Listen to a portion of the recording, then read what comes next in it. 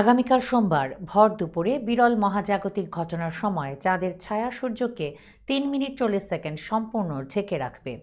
পূর্ণগ্রাস এই সূর্যগ্রহণের সময় উত্তর আমেরিকার ৩ দেশ যুক্তরাষ্ট্র, কানাডা ও মেক্সিকো ছাড়াও ক্যারিবীয় অঞ্চলের বিভিন্ন স্থান অন্ধকারে ছেয়ে যাবে। ইতোমধ্যে বিরল এ সূর্যগ্রহণ দেখতে প্রস্তুত এসব দেশের কোটি মানুষ।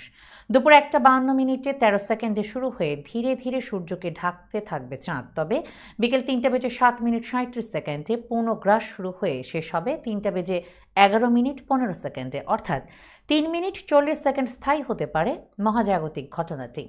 এ ধরনের বিরল আরেকটি ঘটনা দেখতে মানবজাতিকে অপেক্ষা করতে হবে ২০৪৪ সাল পর্যন্ত।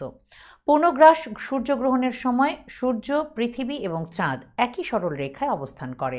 চাঁদ সূর্যের আলোকে সম্পূর্ণভাবে ঢেকে দেয়। এ সময় কয়েক মিনিটের জন্য আকাশ এতটাই অন্ধকার হয়ে যায় যে মনে হয় সেটা রাতের আকাশ, আর একেই বলা হয় পূর্ণগ্রাস সূর্যগ্রহণ।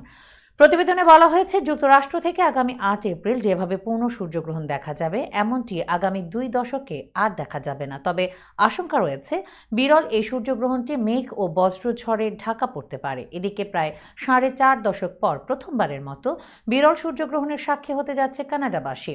পূর্ণাঙ্গ এই সূর্যগ্রহণ দেখতে দেশটির নায়াগ্রা জলপ্রপাতের কাছে জড়ো হতে পারেন অন্তত ১০ লাখ দর্শনার্থী।